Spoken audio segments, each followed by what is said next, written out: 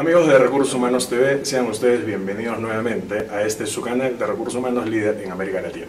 En esta oportunidad nos encontramos en el marco del primer Congreso Internacional de Recursos Humanos y Empleabilidad desde la ciudad de Huancayo, con nada más ni nada menos que con Marta Arias. Marta, bienvenida a Huancayo, a Perú, te recibimos con los brazos abiertos. Bueno, muchas gracias a ustedes, realmente estoy muy contenta de estar acá y muchas gracias porque me han permitido venir. De nada. En materia de la exposición del día de hoy, quisiera ir un poquito más allá, un poquito antes. Y muchos de los que estamos ligados a recursos humanos leímos toda tu bibliografía. Hace un rato me decías que sería complejo porque es mucho. De ahí te quiero preguntar cómo escribes tanto, ¿no? Porque o sea, hay mucha pasión para eso. Entonces, te decía, los que estamos en recursos humanos de hace 15, 20 años, estamos empapados de todos los temas que tú nos fuiste inculcando. Y no sé si a lo mejor a otros amigos de recursos humanos les ha pasado igual que a mí, cuando llegamos y vemos tu reseña de vida, eres una persona que se formó en ciencias contables. Y me llama mucho la atención todas las innovaciones que has hecho en el mundo de recursos humanos. Y lo que te quería preguntar es cómo llegas ahí. Bueno, un poco por casualidad. Primero que soy una contadora, bueno, formada en una época en la cual en Argentina la carrera era muy abarcativa, o sea que era una formación muy amplia en muchos temas. Ahora bien, creo que contadora, sí, no fui demasiado nunca, claro, creo que algunos de los primeros años mientras estudiaba, pero después empecé a trabajar en sistemas, no sistemas tanto IT como es ahora, sino sistemas de diseño administrativo de los sistemas, es decir, cómo tienen que funcionar las cosas, la estructura, etcétera. Y después, en esa época, había los programadores que estaban aparte, que eran los que después lo transmitían al lenguaje de computación.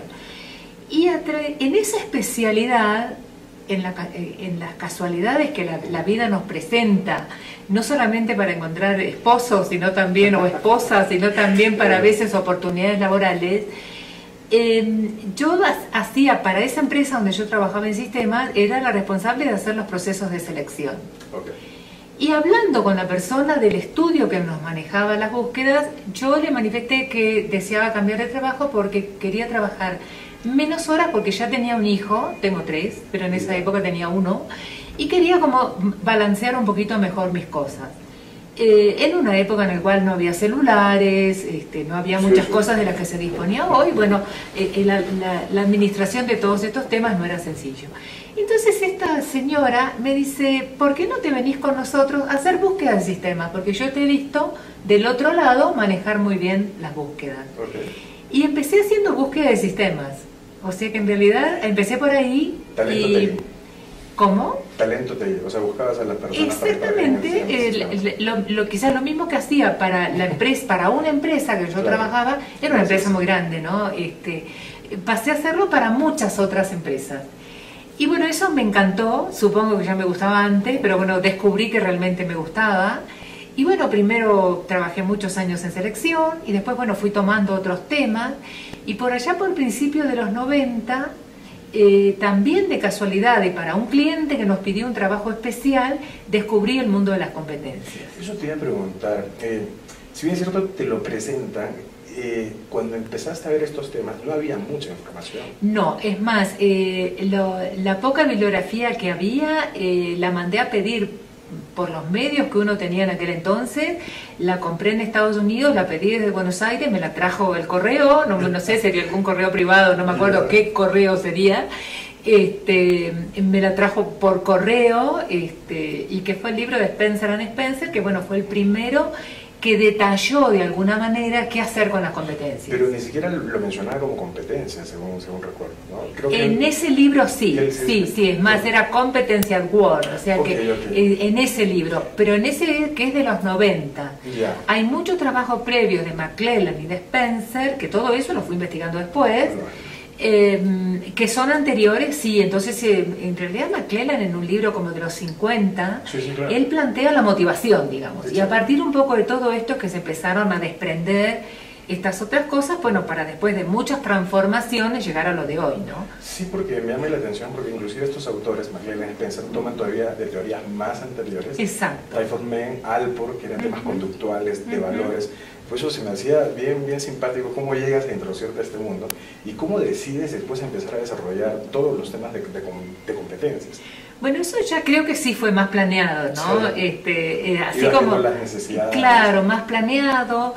Eso también derivó en algún cambio mío laboral, porque bueno, fui como queriendo cada vez hacer más cosas, descubrí que había como mucho para hacer ahí en algo que yo, digamos, me veía haciéndolo y me parecía que hacía falta, porque es esa mezcla que uno tiene que encontrar. Y bueno, eso me llevó a escribir mis primeros libros y eso me llevó a querer salir del ámbito de Argentina. Juan Granica, que es el editor de mis libros, ahora la empresa ya pasó de generación y ahora es Ariel Granica el director, pero Juan todavía estaba a cargo de las cosas, allá también ya era la segunda mitad de los 90. Él me dice, Marta, dice, lo que usted hace, dice, es muy interesante, pero no quiero que usted escriba para 40 millones de hispanoparlantes, usted tiene que escribir para los 500 millones de hispanoparlantes. Y eso, de nuevo, esas cosas que van quedando. Entonces yo también empecé, digo, bueno, no, pero acá yo tengo que abrirme a otras cosas. Y entonces empecé por contactos que tenía a buscar información, y para escribir el primer libro de currículum, todavía por fax. Me gusta poner estos ingredientes de la tecnología, sí, porque después he escrito incluso sobre la social media, ¿no? Sí, pero todavía por fax. Me acuerdo que cuando nos íbamos a la tarde dejábamos como revisábamos que estuvieran bien puestos la cantidad de papel necesario, y a la mañana llegábamos cuando abriéramos la oficina y estaban los rollos de los fax, de la información que yo recibía, porque pedía modelos de currículum. Ah, no le creo. Claro, entonces pedí a todo el mundo hispanoparlante, a mis colegas de la misma empresa que yo estaba en ese momento, a que me manden modelos de currículum y modelos de carta de presentación. O sea que bueno, eso de ir buscando información, por supuesto después vino la internet que nos facilitó todo. Es decir, ya había un poquito de internet en ese momento, pero todavía las cosas se mandaban por fax. Sí. Después, bueno, internet y bueno, después el mundo de las redes sociales, pero la investigación en sus inicios era compleja, digamos, ¿no? A mí me gusta viajar. A mi esposo por suerte también, mi esposo es un gran compañero, entonces siempre a los viajes o a Europa o a Estados Unidos era dedicar más de un día a recorrer librerías que estén conectadas con universidades, bueno, mucho, claro, sí, mucho traer libros de afuera. Y para el tema de competencias, que me pareció tan interesante, empecé a buscar autores de otras referencias, porque en Francia o en Canadá, la parte francesa de Canadá se lo ve de una manera, en los demás países mucha influencia americana, no sé, Italia, Francia también, bueno, España, mucha influencia americana.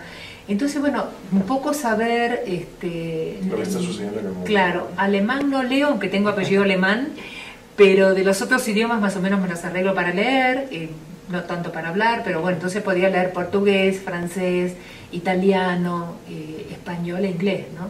Entonces sí, hice como toda una búsqueda de qué estaba pasando. Y bueno, después otra cosa que hice también para enriquecer los libros,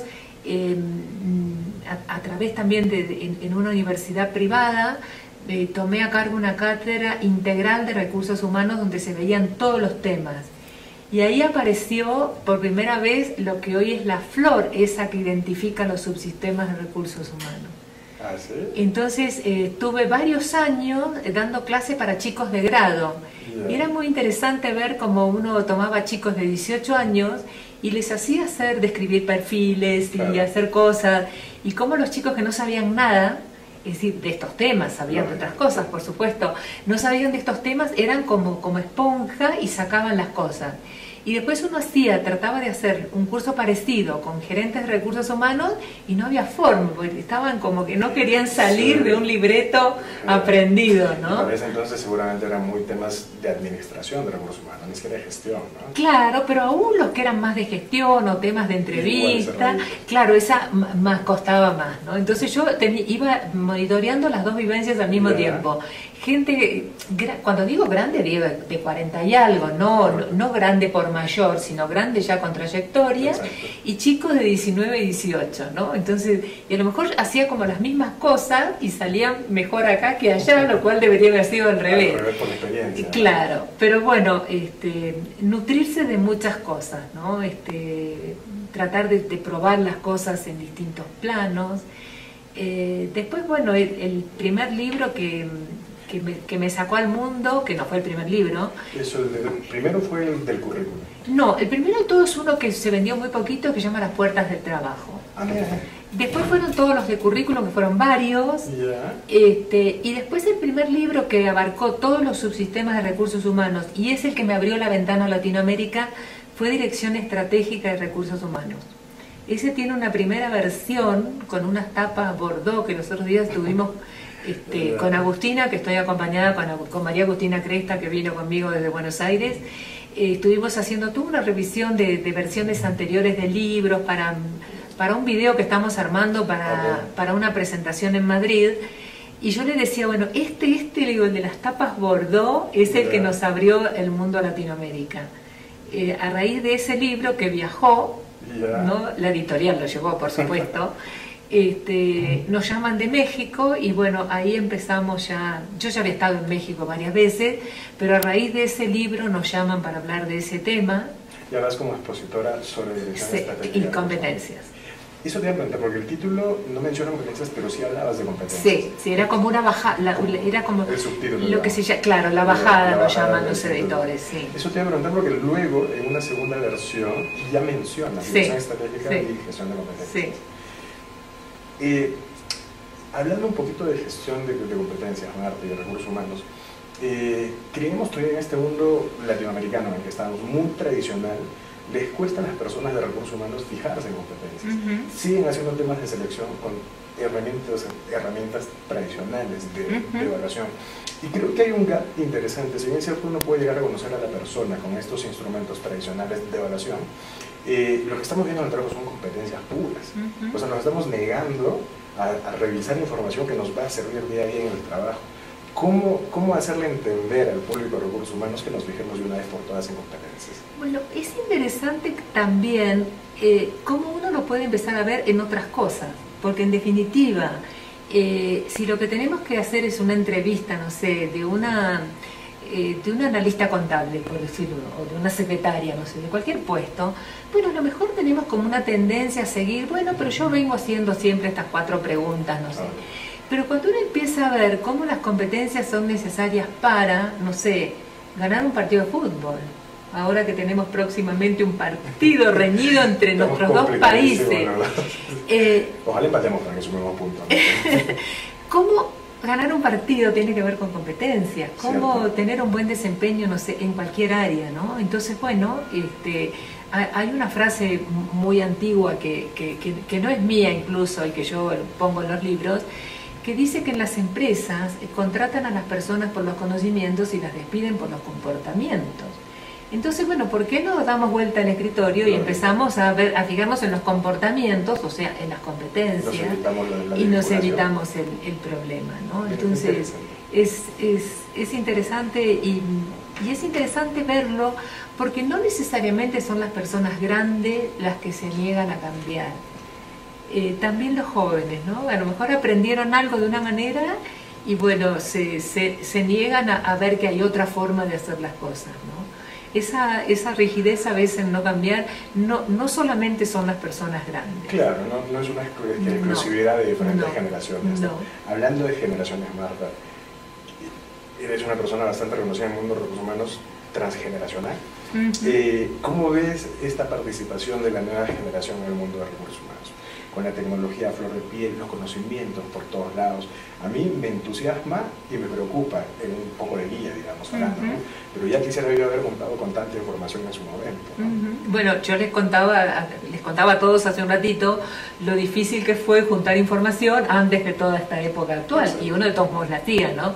Si tenía la suficiente intención de hacerlo. Yo creo que el mundo, digamos, bueno, siguiendo hablando de mis libros, y ahora voy a tu pregunta, Muchas veces a mí me preguntan para quién escribo. Yeah. Y yo escribo para el sub 40, digamos. Siempre estoy pensando que escribo para el que tiene menos de 40. Por supuesto, los libros los puede leer también el de 60. Okay. Pero yo me escribo y me focalizo en el sub 40. Ese ejecutivo de recursos humanos que está todo el día en la oficina, todo el área el que está creciendo, digamos, okay. El que está creciendo. Y en general nuestros seguidores son jóvenes, digamos. Creo que tengo más seguidores entre los jóvenes que entre los no tan jóvenes, digamos, sí, ¿no? Sí. Y creo que el tema de la tecnología está, es como el sol. Y va a seguir estando y va a seguir cambiando. Entonces yo creo que lo que peor que pueden hacer las personas de mi generación, que son generalmente mis amigos y los que yo trato en otros ámbitos, es negarla o tomarla en un contenido diferente del que tiene. Entonces yo creo que la tecnología y las redes sociales y todo el mundo digital que tenemos ahora no solamente está ahí y se queda, sino que a su vez va a seguir mutando. Exacto. No sabemos ni a dónde. Exactamente. Es una herramienta más, ¿no? Es una herramienta más. A mí me apasiona y bueno, a raíz justamente de que yo quería investigar el tema, lo que me transformé es en usuaria del tema. Yeah. Entonces, a veces tengo que andar buscando a alguno más joven para preguntar, pero no siempre, y a veces yo le explico también alguna cosa a otro, ¿no? Entonces, soy una usuaria intensiva de las redes sociales. Claro, tienes un libro bastante simpático sobre ello también, ¿no? Y algunas de las redes sociales que tenemos en la oficina las manejo yo personalmente, porque es la única forma de hacerlo, sí. Pues muy sí, bien, las hago en persona, sí. Hablando de tus libros, Marta, y conversaba con Agustina hace un ratito, yo sí quisiera reconocerte dos innovaciones que al mundo de recursos humanos, particularmente, te lo digo yo como ese ejecutivo de recursos humanos que usó tu información, tus referencias para hacer mis gestiones en las áreas de recursos humanos. Y la principal es no trabajar con un método de estar de puntuación, ¿no? Sino con los 2 puntos altos y bajos. Y eso fue una maravilla porque evitabas la tendencia del punto medio. Y no muchos, o sea, hay cosas que nos pueden resultar muy básicas, pero sin embargo esto es elemental para poder hacer justamente la gestión de la brecha de competencias. ¿Cómo llegas a eso? Porque tú, o sea, la información que tú contabas seguramente era la anterior de los 5 puntos. Bueno, los 5 puntos, yo llegué a ver modelos que abrían en 6, llegué a ver modelos que abrían en 3, y llegué a ver modelos de una de las empresas quizás más, entre comillas, famosas de ese tema, en el cual tenían otro problema más serio todavía, que era que los grados no eran grados, sino que eran del 1 al 5, del 1 al 6, pero no estaba nítido cuál era el más grande y cuál era el más chico, y cuáles eran los del medio. O sea, como subdefiniciones. Claro. Entonces, parte de la importancia de la apertura en grados es que en los 4 grados, algunas veces a lo mejor lo hacemos en 3, pero en general hacemos en 4, pero que nosotros lo llamamos por letras, se podrían llamar de otra manera, nosotros lo llamamos A, B, C, D, pero que el D esté dentro del C, el C dentro del B, el B dentro del A, y que esa gradación sea nítida. Porque si no es nítida, y bueno, ¿dónde estoy, no? Entonces son pequeñas cosas que si uno después las va aplicando a muchos otros planos, existen los grados de las cosas, la gradación. Entonces, bueno, creo que esas son cosas importantes. Pero de nuevo, ver muchas cosas, investigar mucho, ver muchas cosas. A mí siempre me gusta decir que uno aprende más de las cosas malas que de las buenas, ¿no? Es decir, son las que te dan, ¿no? Las que te dan la información que se queda. Sí, y lo que más prende las luces, no sé, las rojas, verdes, amarillas, para saber qué es lo que realmente hay que descartar, qué está más o menos pero se puede modificar, qué está bien. Entonces ir trabajando con eso y ver mucho, ¿no? Creo que es otro de los pequeños secretos. 2 consultas finales. Una anecdótica para mí es algo que cuando leí por primera vez tu libro, algo que hoy está muy en boga con el tema de resiliencia, tú lo descubriste hace mucho, o lo palpaste, o mejor dicho, nos diste las bases con la competencia del náufrago. La pregunta anecdótica es cómo llegas al nombre, ¿no? Bueno, ¿Cómo llegó al nombre? Argentina vivió una crisis muy dura en el 2001, que fuimos muy lamentablemente famosos por esa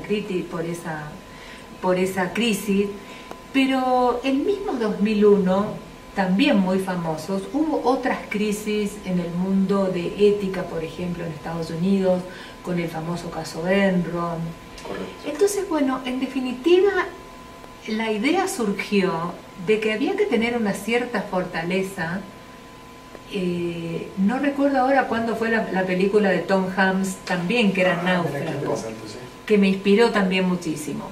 Pero de alguna manera había que tener ciertas características de fortaleza para que, a pesar de que el mundo que habíamos conocido hasta ese momento estuviera cambiando de esa manera, nosotros pudiéramos seguir adelante. Yo lo cuento en otro de mis libros, que en el mes de diciembre del 2001, con la crisis muy dura que nos pegó a los argentinos, el corralito, la gente en las calles, la gente pegando piedras a los bancos, pero espontáneo, porque después se armó otras cosas que son intencionales, ¿no? Yo hablo de las espontáneas que fue en esa época, y yo me acuerdo que lo que me puse a hacer, porque no había mucho que hacer ni a dónde ir, me puse a escribir un libro. ¿Y qué es comportamiento organizacional? Yo lo cuento en el prólogo. Después lo publiqué como 6 años después. Pero empecé ese día. Yo digo, yo tengo que hacer algo que sea lo suficientemente desafiante para mí y que sea lo suficientemente grande, largo, importante y desafiante que me saque de este mundo en el cual la oficina que yo estoy no estaba en la peor zona de las crisis, pero estaba como a 3-4 cuadras, o sea que era como que palpaba todo eso, ¿no? Entonces, antes de que cayera el gobierno de la Rúa, que cayó con la famosa escena que se fue en un helicóptero y que fue una cosa tan traumática, el día anterior yo había empezado este libro, y o sea que en plena crisis yo estaba ahí escribiendo, ¿no? Creo muy firmemente en eso, en cómo uno saca reservas interiores para fortalecerse aún en cosas que no puede manejar, ¿no? Como las crisis cuando son externas a uno. Sí, es cierto, ¿no? Uno no controla los problemas, pero sí un poco como la actitud con la que los va a enfrentar. Exactamente, hay cosas que uno no puede hacer nada. Me tocó estar en Estados Unidos y ser evacuada por el Irma hace unos pocos días. Por supuesto no me pasó nada, ¿no? Quedó la anécdota muy no divertida, pero quedó anécdota para contar. A mí y a mi familia no nos pasó nada. Pero cómo de todas las cosas uno puede sacar algo para fortalecer el espíritu y para fortalecerse, ¿no? Entonces creo que de ahí salió lo de la competencia del náufrago. Muchas gracias por resolver una duda anecdótica de cuando leí la primera vez el diccionario. Y finalmente, Marta, quisiera preguntarte, con toda la experiencia ligada a este mundo de recursos humanos, con la experiencia de vida y trayectoria en los países que vas conociendo y vas atendiendo, ¿cómo ves el futuro de la gestión de competencias y de recursos humanos a lo que se viene? ¿Qué debe prepararse un profesional de recursos humanos hoy en día para poder sobrellevar su labor? Bueno, primero que creo que todos los que nos dedicamos a recursos humanos tenemos un gran futuro profesional. Es un área de un enorme futuro. Es decir, por un lado, y a veces me hacen notas por este tema, ¿no? Está la robotización, ¿no? Desde autos, están en todos lados, pero tuve oportunidad de verlos en Estados Unidos, cómo son y todo lo demás, desde autos que se manejan solos, o que están empezando los autos ya están, me refiero, pero están empezando a darse en este sentido. O sea que por un lado tenemos la robotización, que es real, y por otro lado tenemos las personas. Los que estamos en recursos humanos estamos trabajando en el mundo de las personas, pero el mundo de las personas está cada vez más complejo.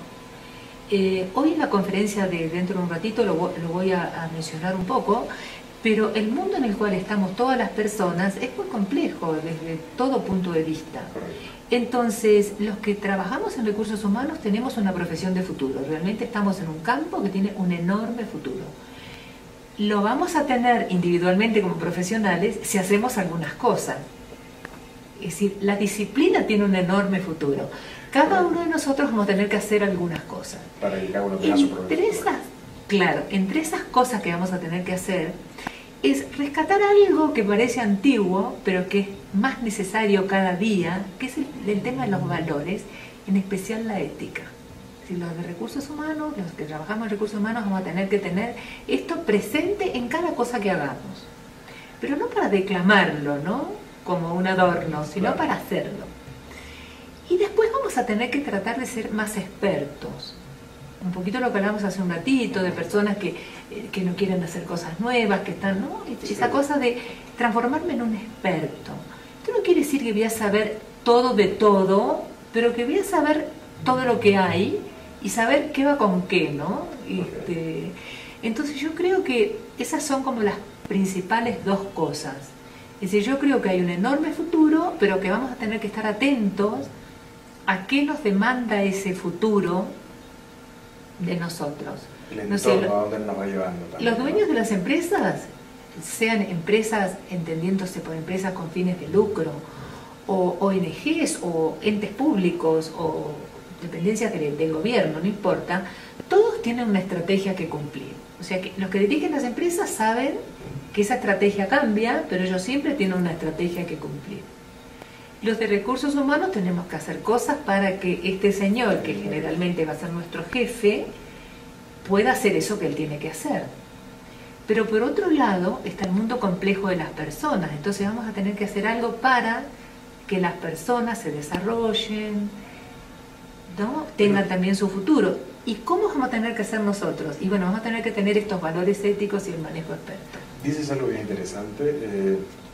Hace poquito leía del estudio de una consultora internacional ligada a los temas de gestión y recursos humanos, y le preguntaron, creo que era una encuesta con más de 1.500 CEOs, y entre las preguntas que le hicieron, todo un cuestionario, le preguntaban a quién consultas para una toma de decisión, y más del 75% de los CEOs mencionan que a la dirección de recursos humanos. Entonces, yo siempre cuento esto en mis charlas, y es, los CEOs ya nos ponen en la mesa de directorio, pongámonos nosotros también. Así es. Y con lo que tú aportas en tus libros, principalmente con este tema de estrategia en gestión de competencias, yo creo que está en dirección estratégica con gestión de competencias, creo que es la base de nuestra labor. Y en cuanto a competencias, que no lo nombré también, porque podrán cambiar las competencias, pero todo lo que hacemos nosotros, claro, ¿en qué se evidencia? En comportamientos. Exacto. Es decir, ya sea de tus hijos, de tus parejas, de tus amigos, de tus compañeros de trabajo, de tus jefes o de tus colaboradores. De todas las personas, uno solo ve los comportamientos. Claro. Aunque esté mirando al Papa, no sé, mira los comportamientos del Papa. Es complejísimo entrar a la personalidad, ¿no?, los pensamientos, sentimientos, uno ve lo que la gente hace. Claro, pero o se podrá entrar a los pensamientos, pero a través de otras cosas. Exacto. Pero lo que nosotros vemos en la vida cotidiana de todo el mundo son los comportamientos. Bueno, sobre eso actúan y trabajan las competencias. Entonces, esa también va a ser la metodología. Por supuesto que uno le va poniendo cosas, sumando cosas, cambiando algo, mejorando. No es que la metodología que tiene por competencia hace 20 años que está igual. Se ha ido modificando, transformando, pero no lo sustancial. ¿Qué es la competencia? Lo que siempre digo, ¿no? Lo que tú haces finalmente es una consecuencia de un hábito, una costumbre, y es una conducta que si lo pones en el trabajo, pues entre que lo hagas vivo no será desempeño, pero si lo pones en el trabajo es la competencia que estamos buscando. Así es. Marta, encantadísimo haber conversado contigo, muchas gracias. Siento que finalmente todos los libros que pude leerte han sido plasmados en esta conversación. Te agradezco nuevamente por la conversación. Quisiera que por favor puedas dirigirte a los amigos de Recursos Humanos TV, a que te puedan seguir, que ya te conocen, pero para que te puedan seguir, visiten tus redes y estén al tanto de tu información. Bueno, como me gustan las redes, estamos ahí muy presentes, así que nos van a encontrar en todos lados seguramente. Muchísimas gracias. A ustedes.